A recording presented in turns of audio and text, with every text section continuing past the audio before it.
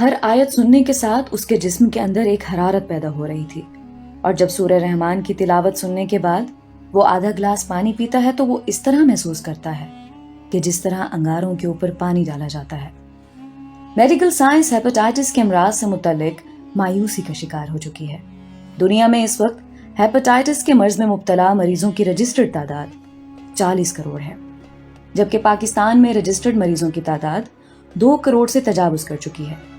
ایسے میں medical science کی بے بسی انسانی ذہن اور معاشرے کی تباہی کا پیغام دے رہی ہے، مگر سورہ رحمان کے سننے سے یہ مرض چند ہی ایام میں وجود سے ایسے غائب ہو جاتا ہے جیسے کبھی اس کا نام و نشان ہی نہ تھا۔ سورہ رحمان کے ذریعے لوگوں کی ذہنی، جسمانی اور روحانی بیماریوں کا یقینی علاج ہوتا ہے۔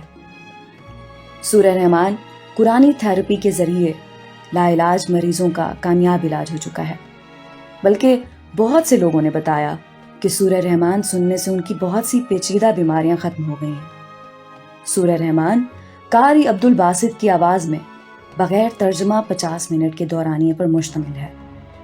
جب کوئی مکمل طور پر اپنی توجہ سورہ رحمان کی طرف کر کے تلاوت سنتا ہے اور اپنی آنکھیں بند کرتا ہے تو سورہ رحمان کی ہر آیت سننے کے ساتھ اس کے جسم کے اندر ایک حرارت پیدا ہوتی ہے، اور جب سورہ رحمان کی تلاوت سننے کے بعد وہ آدھا گلاس پانی پیتا ہے تو وہ اس طرح محسوس کرتا ہے کہ جس طرح انگاروں کے اوپر پانی ڈالا جاتا ہے۔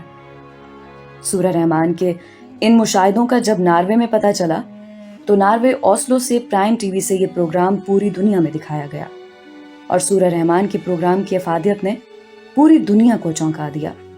انہوں نے کہا کہ جو لوگ دکھی، الجھن یا ذہنی کرب میں مبتلا ہیں وہ سورہ رحمان کی تلاوت دن میں 3 مرتبہ متواتر 7 دن تک سنیں۔ تمام بیماریوں کا علاج قرآن کی آیات میں موجود ہے، اگر ہم ان آیات کو غور سے سنیں۔ اس کے ذریعے کینسر، فالج، شوگر، ہارٹ اٹیک اور دوسرے بے شمار امراض کا علاج کیا جا چکا ہے۔ گزشتہ 7-8 سال سے پاکستان کے مختلف شہروں پشاور، لاہور، ملتان، کوئٹہ، اسلام آباد میں ہزاروں مریضوں کا علاج ہو چکا ہے۔ دنیا کی ہر بیماری کا علاج سورہ رحمان کی تلاوت سے ممکن ہے۔